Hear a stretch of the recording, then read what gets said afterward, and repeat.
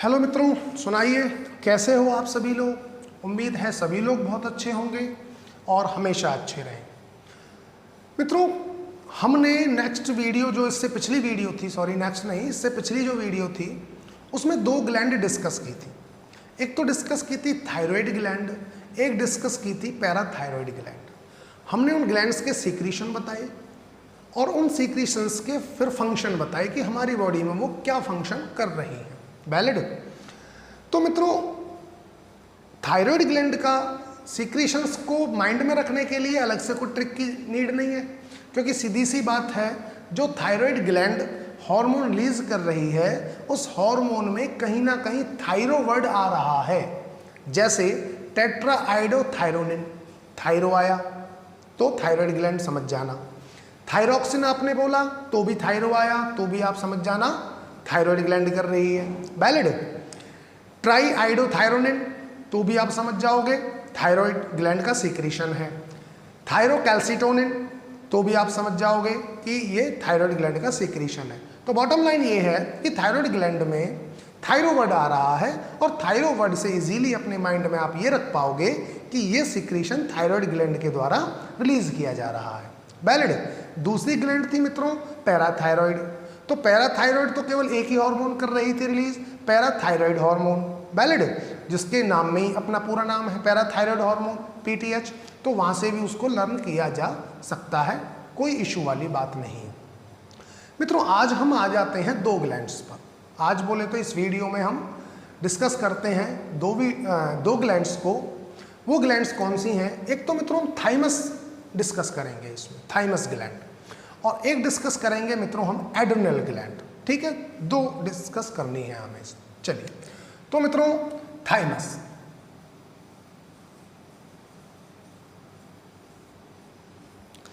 Thymus gland, अगर मित्रों हम इसके सिचुएशन की बात करें कि ये कहाँ सिचुएटेड है बॉडी में, तो हार्ट और जो ओर्टा है उसकी डॉर्सल साइड में ये थाइमस ग्लैंड होती है। बहुत छोटी सी होती है, कोई ज़्यादा बड़ी नहीं है, छोटा सा है थाइमस ग्लैंड। तो ये हार्ट और ओर्टा के डॉर्सल साइड में सिचुएटेड होती है, हमारी जो चेस्ट कैविटी है उसके अंदर। मित्रों, ये बहुत इंपॉर्टेंट रोल प्ले करता है, हमारे जो डिफेंस सिस्टम है, इम्यून सिस्टम है, उसमें भी बहुत बड़ा रोल प्ले करता है। वो कैसे, अभी आते हैं धीरे धीरे बात पर। थाइमोसिन ग्लैंड मित्रों एक हार्मोन रिलीज करती है जिसका नाम होता है थाइमोसिन्स। क्या? थाइमोसिन्स। ये रिलीज करती है मित्रों थाइमोसिन्स, और जो ये थाइमोसिन्स हैं इनका बड़ा इंपॉर्टेंट रोल है टी सेल डिफरेंशिएशन के अंदर। क्या? टी सेल डिफरेंशिएशन के अंदर। मित्रों हम पढ़ेंगे लिम्फोसाइट्स को, B lymphocyte, T lymphocyte, immune system को भी डिस्कस करेंगे हम इम्यूनिटी के अंदर। जब हम उस टॉपिक पर आएंगे, इम्यूनोलॉजी पढ़ेंगे तब हम डिस्कस करेंगे, लेकिन अभी हमें यहाँ पर सिर्फ इसका फंक्शन देखना है।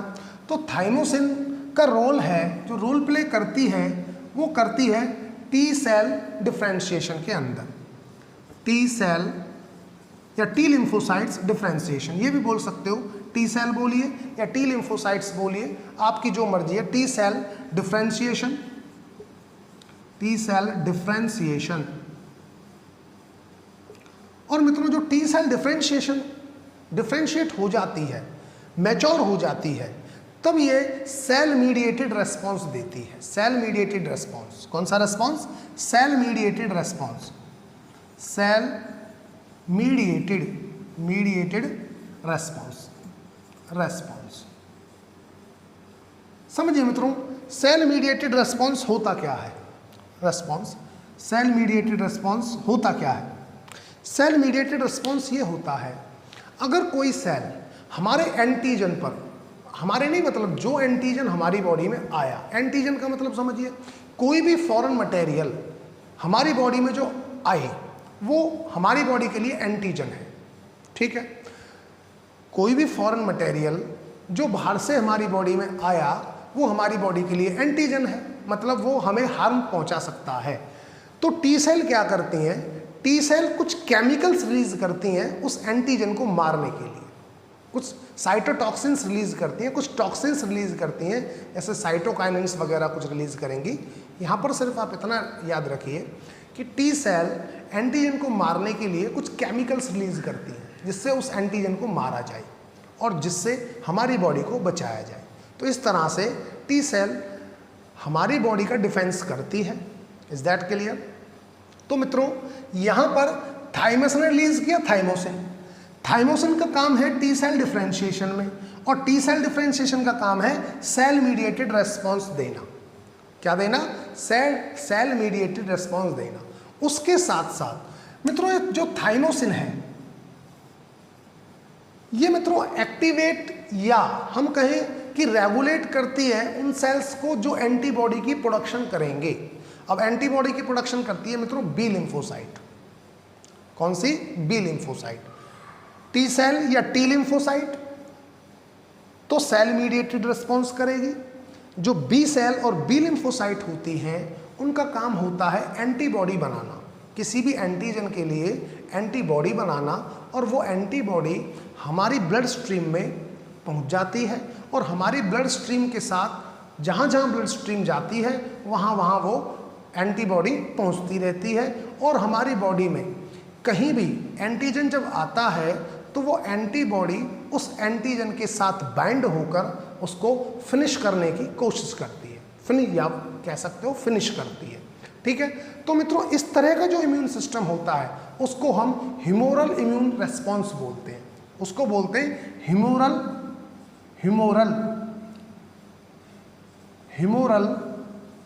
Immune response. Humoral immune response वो होता है ह्यूमरल इम्यून रेस्पॉन्स। जो रेस्पॉन्स एंटीबॉडी के जरिए हो उसको बोलेंगे ह्यूमरल इम्यून रेस्पॉन्स। और जो रेस्पॉन्स किसी सेल के जरिए हो डायरेक्ट टॉक्सिन्स को छोड़कर एंटीजन को मार रहा है, डिफेंस में इस तरह का काम कर रहा है, तो मित्रों उसको हम बोलते हैं सेल मीडिएटेड रेस्पॉन्स। मित्रों यहाँ तक क्लियर है?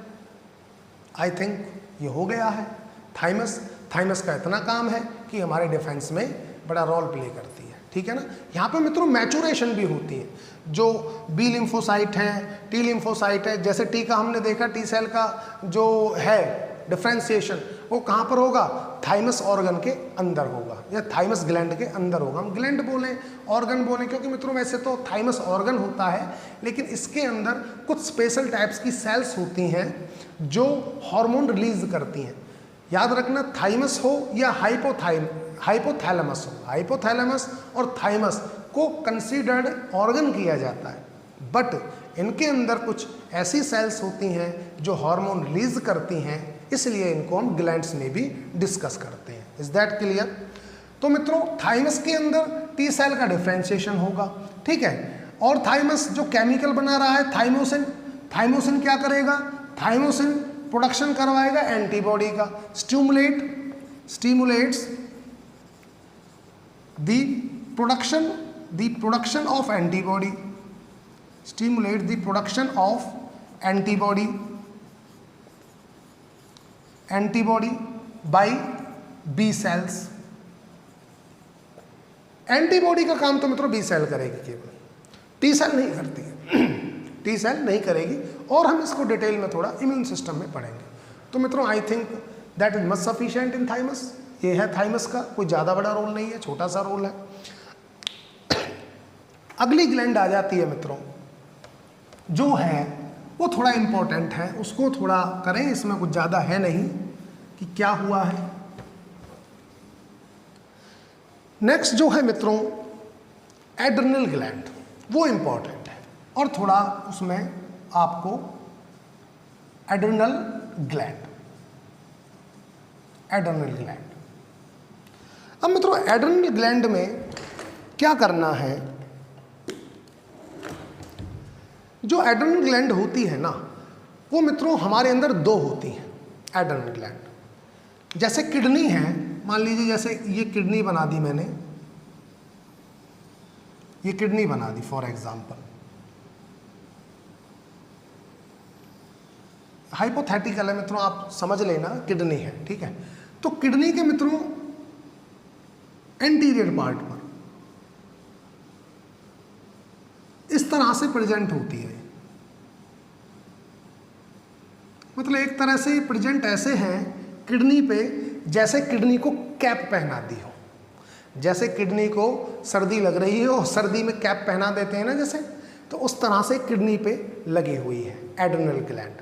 ठीक है, दो होती हैं। ठीक है, अब मित्रों अगर हम देखें इसको, इस ग्लैंड को देखें, एड्रिनल ग्लैंड को देखें, तो एड्रिनल ग्लैंड के दो पोर्शन होते हैं। कितने पोर्शन होते हैं? दो। एड्रिनल ग्लैंड के दो पोर्शन होते हैं मित्रों। एक तो होता है मेडुला, इनर मेडुला, हम बोलेंगे इनर मेडुला, अंदर की तरफ जो होता है। एक तो होता है मित्रों, ओहो मार करके बड़ी दिक्कत हो रही है यार। एक तो होता है मित्रों इनर मेडुला, इनर मेडुला, और एक होता है मित्रों आउटर कॉर्टेक्स, आउटर कॉर्टेक्स। एक तो मेडुला है और एक आउटर कॉर्टेक्स है। मेडुला अंदर की तरफ होता है ग्लैंड में, इनसाइड, अंदर की तरफ अगर हम बात करें तो मेडुला है। मेडुला से जो हार्मोन रिलीज होते हैं वो मित्रों दो हार्मोन रिलीज होते हैं मेडुला से। कौन कौन से वो सुनिए आप। मेडुला जो रिलीज करता है मित्रों, एक तो हार्मोन रिलीज करता है एड्रीनलिन, एड्रीनलिन मित्रों, एड्रीनलिन को हम एपिनेफ्रिन भी बोलते हैं, और एपिनेफ्रिन, एपिनेफ्रिन, हम एपिनेफ्रिन भी इसको बोलते हैं। वैलिड? मित्रों जो दूसरा हार्मोन रिलीज करता है इनर मेडुला, वो करता है नॉर एड्रेनालिन और nor epinephrine. Nor, nor word लगा देना है, नॉर एड्रेनालिन, एड्रेनालिन और नॉर एपिनेफ्रिन, और नॉर एपिनेफ्रिन, एपिनेफ्रिन। कुछ नहीं बदला, वही मामला है मित्रों। इनर मेडुला दो तरह के हार्मोन कर रहा है रिलीज, एड्रेनालिन, या एड्रेनालिन को हम एपिनेफ्रिन बोल दें। दूसरा हार्मोन जो करता है नॉर एड्रेनालिन या नॉर एपिनेफ्रिन हम बोल दें। मित्रों अगर हम इनको एक साथ बोलना चाहें, इनको जब हम एक साथ कंबाइंड बोलते हैं तो कंबाइंड क्या बोलते हैं वो भी आप देख लीजिए। अगर हम इनको जब कंबाइंड बोलते हैं तो मित्रों कंबाइंड में दोनों हार्मोन्स को बोला जाता है, इन दोनों हार्मोन्स को बोलते हैं हम कैट, थोड़ा सा यार ये मार्कर बेकार है, कैटकोलेमाइंस। क्या बोलते हैं? कैटकोलेमाइंस, कैटकोलेमाइंस। अगर हम इन दोनों हार्मोन को एक साथ बोलें तो हम बोलेंगे catecholamines, catecholamines. Is that clear? दो हार्मोन एड्रेनालिन और एपिनेफ्रिन, नॉर एड्रेनालिन और नॉर एपिनेफ्रिन, दोनों को एक साथ अगर हम बोलें तो कैटकोलेमाइंस। Is that clear? या catecholamines, whatever you want to say. Okay मित्रों, अब मित्रों इन हार्मोन को ये रिलीज कब होते हैं, बात इस पर आती है, रिलीज कब होते हैं, करते क्या है। तो मित्रों इन हार्मोन को हम स्ट्रेस हार्मोन बोलते हैं, इन हार्मोन को हम इमरजेंसी हार्मोन बोलते हैं, और इन हार्मोन को बोला जाता है फाइट और फ्लाइट हार्मोन भी। ध्यान से सुनिए, इन हार्मोन्स को हमने बोला क्या क्या। एक तो हमने इमरजेंसी हार्मोन बोला, इमरजेंसी हार्मोन, इमरजेंसी हार्मोन बोला। एक मित्रों हमने इसको स्ट्रेस हार्मोन बोला, स्ट्रेस हार्मोन, स्ट्रेस हार्मोन। क्यों? क्योंकि हम देखेंगे जब कोई इंडिविजुअल स्ट्रेस में होता है तो सबसे पहले ये रिलीज होते हैं। और मित्रों ये मैंने बताया था, इनको रिलीज करवाने वाला कौन सा ट्रॉफिक हार्मोन था? एड्रेनोकॉर्टिकोट्रॉफिक हार्मोन था ना, adrenocorticotropic hormone which is released by the anterior pituitary. यहां तक कोई दिक्कत मित्रों? यहां तक कोई दिक्कत नहीं है। तो एड्रेनोकॉर्टिकोट्रॉफिक हार्मोन पिट्यूटरी से आता है और एड्रेनल ग्लैंड को, और एड्रेनल ग्लैंड के भी कौन से हिस्से को? मेडुलरी हिस्से को। जो मेडुला है उसको ये सिग्नल देता है कि भाई आप इमरजेंसी हार्मोन को रिलीज करिए, स्ट्रेस हार्मोन को रिलीज करिए। जो कौन से थे? फिर से बता रहा हूं, एड्रेनालिन और एपिनेफ्रिन और नॉर एड्रेनालिन और नॉर एपिनेफ्रिन। ठीक है जी। इनको हम बोलते हैं और क्या क्या बोल सकते हैं मित्रों? एक तो इमरजेंसी हार्मोन बोल देते हैं हम इनको, ठीक है, इमरजेंसी हार्मोन बोल दिया हमने। एक स्ट्रेस हार्मोन बोल दिया। और मित्रों इनको हम हार्मोन बोलते हैं hormone of fight and flight, fight और flight hormone, hormones of fight और फ्लाइट। कैसे?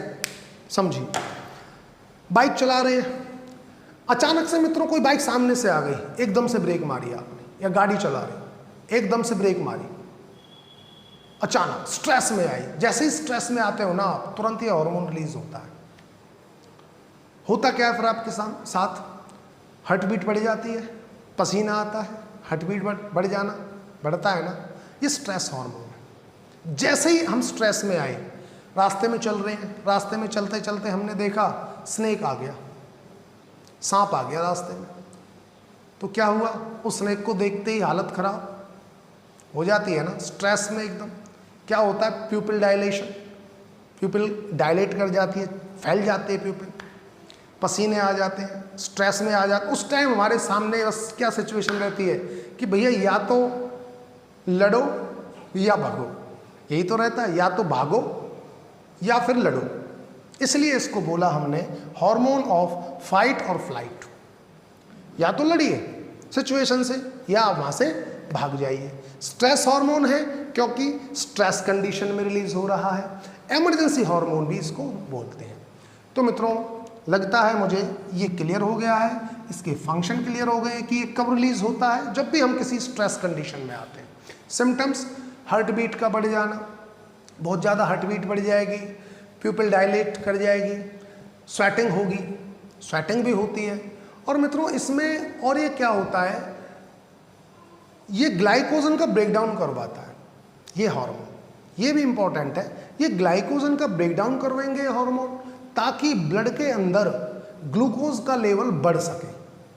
क्योंकि भैया सीधी सी बात है, अगर आपको इमरजेंसी में कुछ चीज़ सोचनी है, कोई डिसीजन लेना है, तो आपके ब्रेन को सतर्क रहना पड़ेगा, आपके ब्रेन को एक्टिव रहना पड़ेगा। और अगर ब्रेन को खुश रखना है, ब्रेन को एक्टिव रखना है, तो ब्रेन तक प्रॉपर अमाउंट में ग्लूकोज पहुंचना चाहिए इनटू द ब्लड स्ट्रीम। भाई ब्लड स्ट्रीम में ग्लूकोज ज़्यादा होना चाहिए ताकि ब्रेन को प्रॉपरली ग्लूकोज पहुंचे और ब्रेन अच्छा डिसीजन ले, ठीक है ना, अच्छा डिसीजन ले पाए। ऐसा नहीं गलत डिसीजन ले लिया वो तो आपको मरवा देगा, ठीक है ना मित्रों। सामने शेर आ गया और गलती से ब्रेन ने डिसीजन ले लिया, नहीं भाग मत, तू लड़ इससे, तो मित्रों पता है ना लेने के देने पड़ जाएंगे।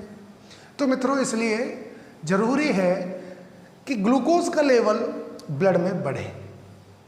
तो ग्लूकोज का ब्लड में लेवल बढ़ने के लिए ग्लाइकोजन का टूटना जरूरी है। तो ये हार्मोन ऐसे हैं जो ग्लाइकोजन का ब्रेकडाउन करवाते हैं ताकि ब्लड के अंदर ग्लूकोज का लेवल बढ़े। Is that clear? तो मित्रों आई थिंक इनर मेडुला का मामला तो फिनिश हो गया है।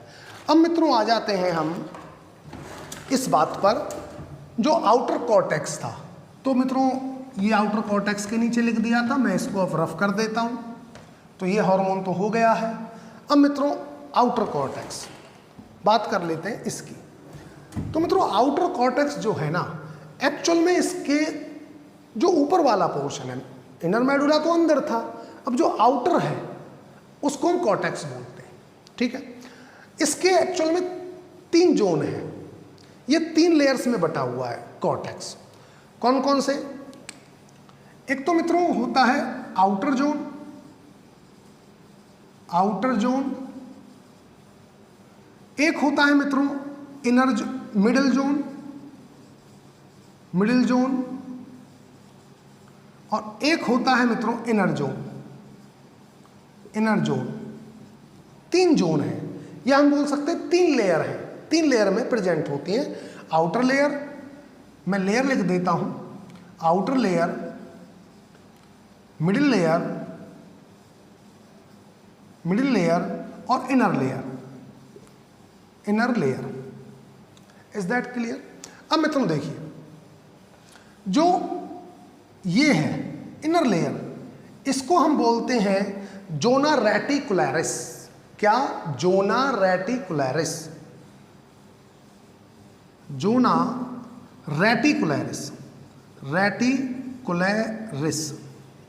रेटिकुलरिस, ठीक है, जोना रेटिकुलरिस। लो जी, मिडिल लेयर जो होती है मित्रों, उसको बोलते हैं जोना फैसिकुलेटा। क्या बोलते हैं? जोना फैसिकुलेटा। डोंट वरी मित्रों, मैं अभी आपके दिमाग में करवाऊंगा लर्न, आप इस चीज़ की टेंशन ना लें कि गुरुजी अब इनको कैसे याद करेंगे, ये तो बड़े टिपिकल से नाम आ गए। डोंट वरी, कराता हूँ, अभी बताता हूँ। थायराइड वाला तो याद रख लोगे ना, पैराथायराइड का भी याद रख लोगे, पिट्यूटरी की ट्रिक दी है, सारी ग्लैंड्स की ट्रिक दी है, वो तो कर लोगे ना मित्रों आराम से, बड़े आराम से, कोई टेंशन नहीं है। इनका मैं बता देता हूँ, अभी कोई टेंशन लेने की जरूरत नहीं है। आउटर लेयर की अगर हम बात करें तो आउटर लेयर का नाम होता है मित्रों zona glomerulosa. Zona glomerulosa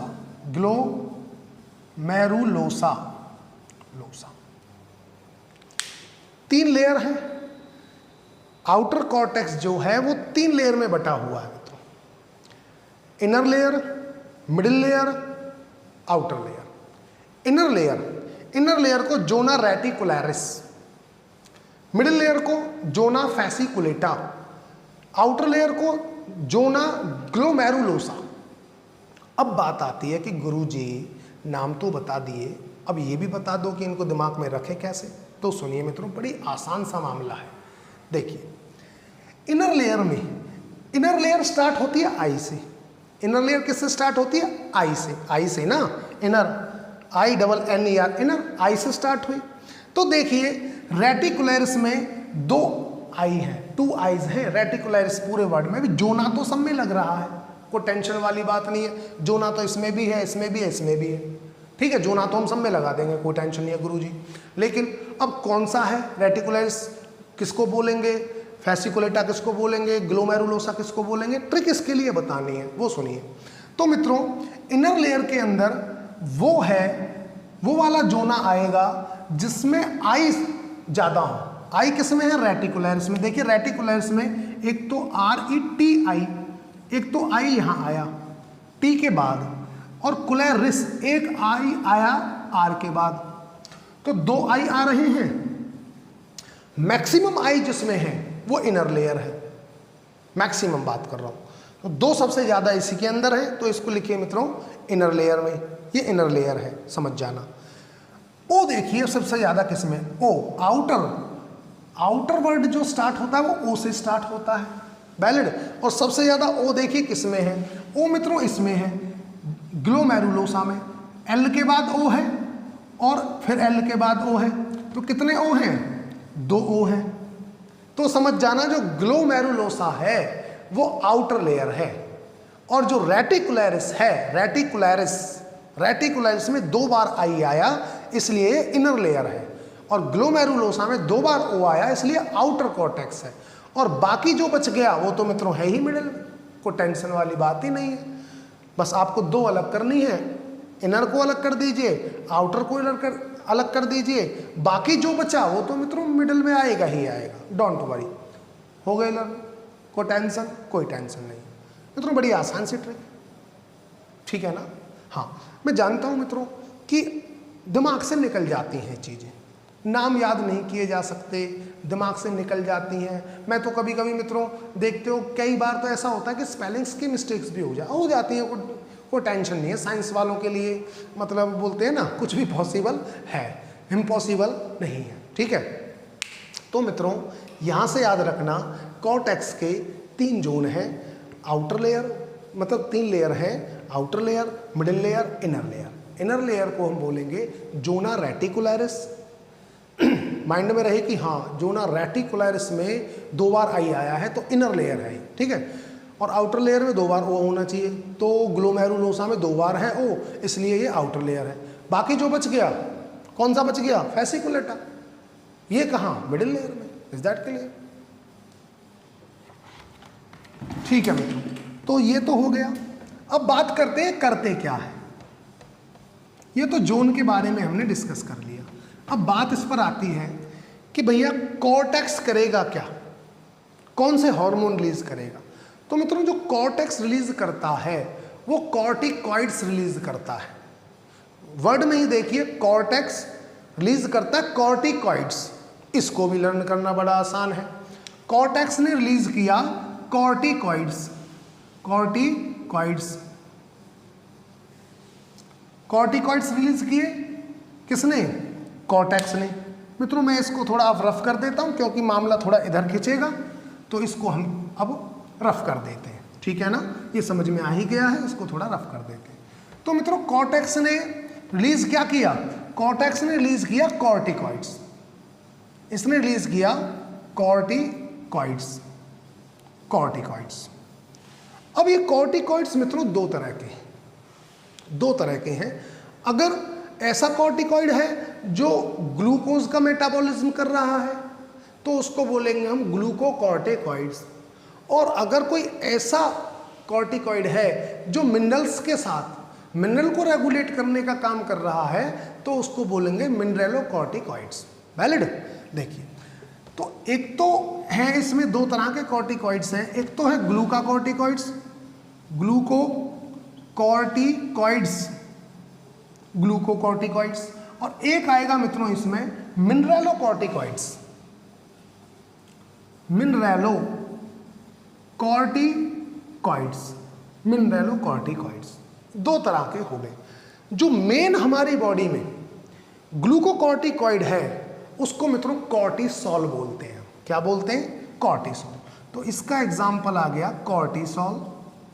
cortisol जो मेन है हमारी बॉडी में वो कॉर्टिसोल है हमारी बॉडी के अंदर। और जो मित्रों मिनरेलोकॉर्टिकॉइड है वो एल्डोस्टेरॉन है। कौन सा है? Aldosterone, aldosterone, aldosterone.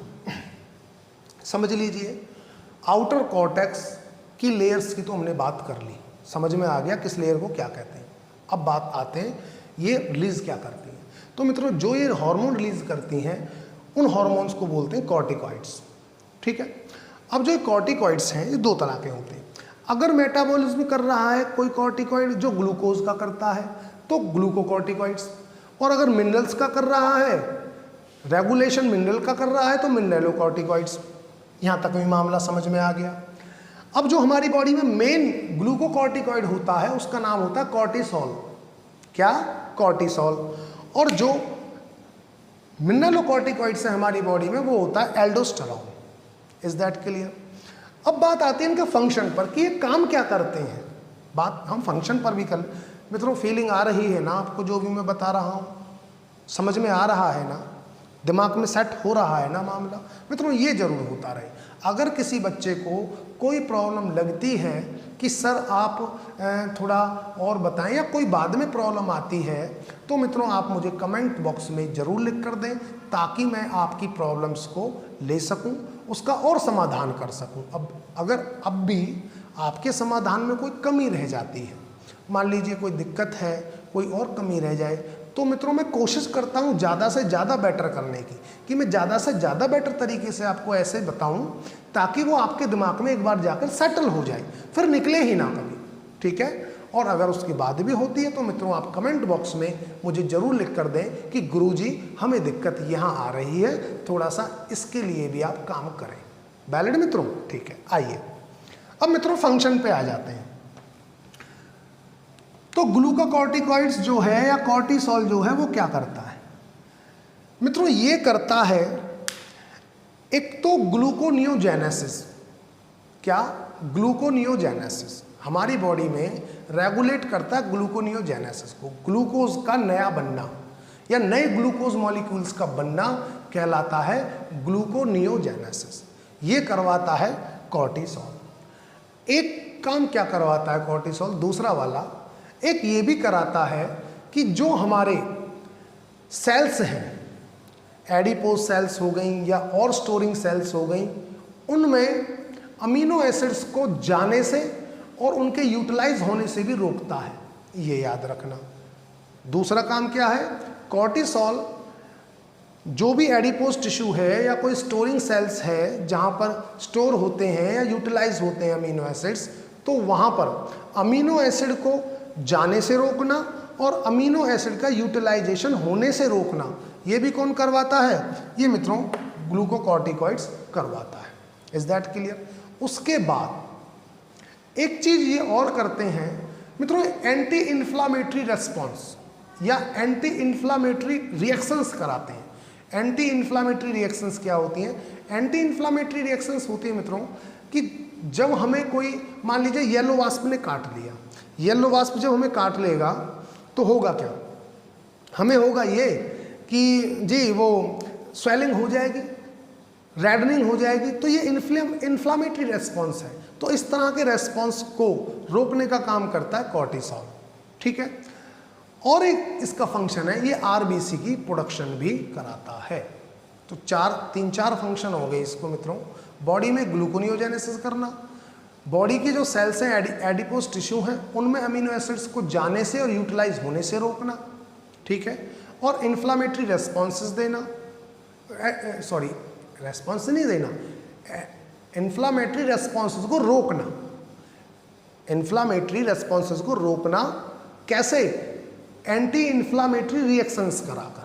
एंटी बोले तो विरोध में, एंटी तो हम वर्ड तभी लगाते हैं कोई चीज़ के विरोध में हो, तो ये एंटी इन्फ्लामेटरी रिएक्शंस कराता है ताकि बॉडी की जो इन्फ्लामेटरी रिएक्शंस हैं उनको काबू किया जा सके और बॉडी में इन्फ्लामेशन ना हो।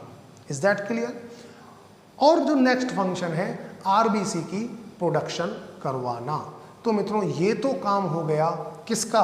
कॉर्टिसोल का। अब मिनरलोकॉर्टिकॉइड्स में हम जरा आ जाते हैं। मिनरलोकॉर्टिकॉइड्स जैसे कि नाम है मिनरल्स, तो इससे फंक्शन भी आप याद रख सकते हो इसके। मिनरलोकॉर्टिकॉइड्स क्या करता है, जो एल्डोस्टेरोन है वो रीनल ट्यूब्यूल्स से वाटर और सोडियम, जो आयन है, सोडियम आयन है और जो वाटर है उसको रीएब्जॉर्ब कर लेता है बॉडी के अंदर रीनल ट्यूब्यूल से। प्लस में एक्सक्रीट करता है रीनल ट्यूब्यूल में पोटासियम और पोटासियम आयन को। एक तो पोटासियम और फॉस्फेट आयन को, पोटासियम आयन नहीं, पोटासियम और फॉस्फेट आयन को एक्सक्रीट करता है बॉडी से, किसमें? रीनल ट्यूब्यूल के अंदर। दोबारा सुन लीजिए, जो एल्डोस्टेरोन है वो किडनी की रीनल ट्यूब्यूल जो है उनसे सोडियम और वाटर को रीएब्जॉर्ब करना, इसके बदले पोटासियम और फॉस्फेट आयन को बॉडी से एक्सक्रीट करना, ये काम होता है किसका? मिनरलोकॉर्टिकॉइड्स बोले तो एल्डोस्टेरोन का। अब अगर ये काम कर रहा है तो इसका मतलब क्या है? इसका मतलब ये है कि एल्डोस्टेरोन रोल प्ले कर रहा है बॉडी फ्लूइड वॉल्यूम को मेंटेन करने में। बॉडी फ्लूइड का जो वॉल्यूम है उसको मेंटेन करने में हेल्प कर रहा है, और हेल्प कर रहा है ऑस्मोलरिटी को रेगुलेट करने में, और ब्लड प्रेशर को रेगुलेट करने में भी हेल्प कर रहा है ना मित्रों।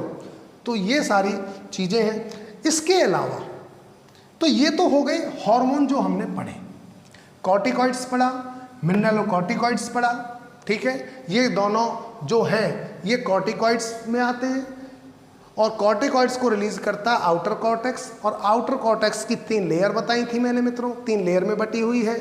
एक तो है inner layer zona reticularis, middle layer zona कौन सा था? फेसिकुलेटा, और तीसरा कौन सा था? जोना ग्लोमेरुलोसा, ठीक है। ग्लोमेरुलोसा में 2 बार ओ है तो याद रखना आउटर है, आउटर लेयर है।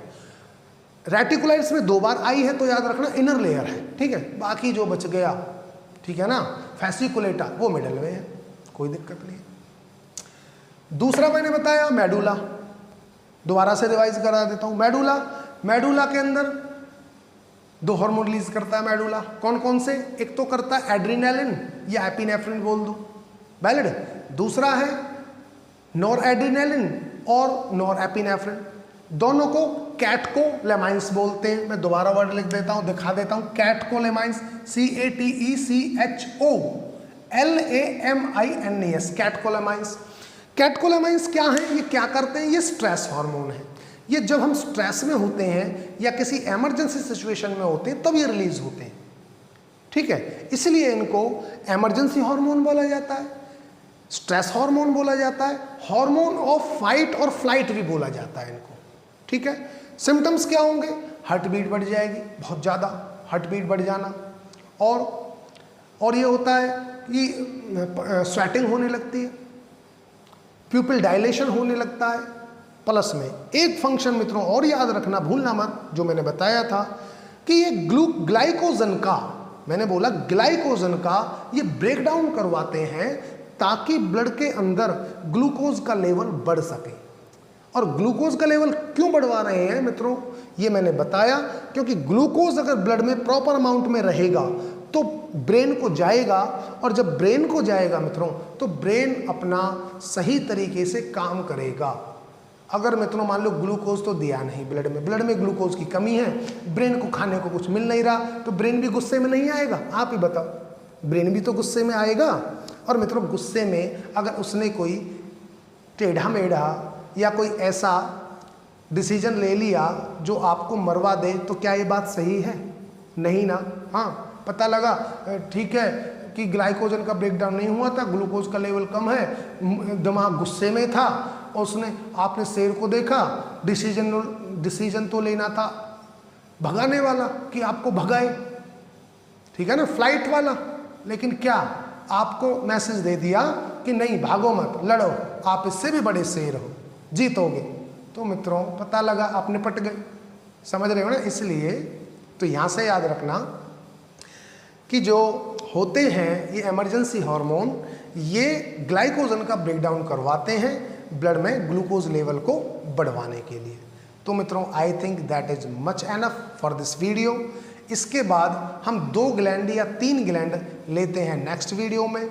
उम्मीद है आप सभी को अच्छे से समझ में आया होगा, और इसके बाद भी अगर कोई चीज़ आपसे रह गई है, आपके दिमाग में सही से सेट नहीं हो रही है, तो मित्रों मुझे कमेंट बॉक्स में ज़रूर लिख कर दें। मैं पूरे एफर्ट लगाऊंगा, मैं पूरे लगाता भी हूँ मित्रों, मैं पूरे एफर्ट लगाता हूँ इस बात के लिए ताकि जो मैं पढ़ाऊँ, जो मैं आपको बताऊँ, वो चीज़ें आपके दिमाग में ऐसे जाकर फिट हो जाएं कि कोई निकालना भी चाहे, इवन आप भी निकालना चाहें तो भी आपके माइंड से ना निकलें, आप चाहो तब भी।